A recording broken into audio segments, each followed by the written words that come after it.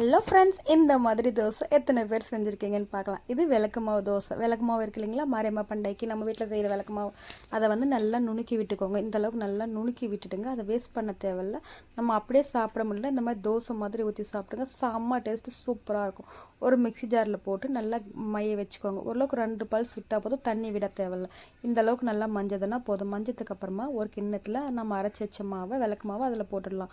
போட்டுட்டு தேங்காய் துருவல், 1 கப் தேங்காய் துருவல் போட்டிருக்கிறேன். அதில் தண்ணி ஊற்றிட்டு கொஞ்சமாக சோட்டா மாவு, சால்ட் கொஞ்சம் போட்டுக்கோங்க. சுகர் உங்களுக்கு டேஸ்ட் இன்னும் கொஞ்சம் தேவைன்னா வெல்லம் கொஞ்சம் துருவி கூட போட்டுக்கலாம். போட்டுட்டு நம்ம உடனே கரைச்சிட்டு நம்ம அப்படியே தோசை ஊற்றினீங்கன்னா செம்ம டேஸ்ட்டாக இருக்கும்.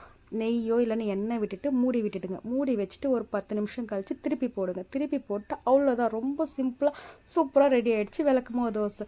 யார் யார் வீட்டில் இந்த மாதிரி விளக்கு மாவு தோசை சாப்பிடுவீங்கன்னு சொல்லி கமெண்ட் பாக்ஸில் போடுங்க. வீடியோ பிடிச்சிருந்தா லைக் பண்ணுங்கள், ஷேர் பண்ணுங்கள், சப்ஸ்கிரைப் பண்ண மறக்காதீங்க. பாய்.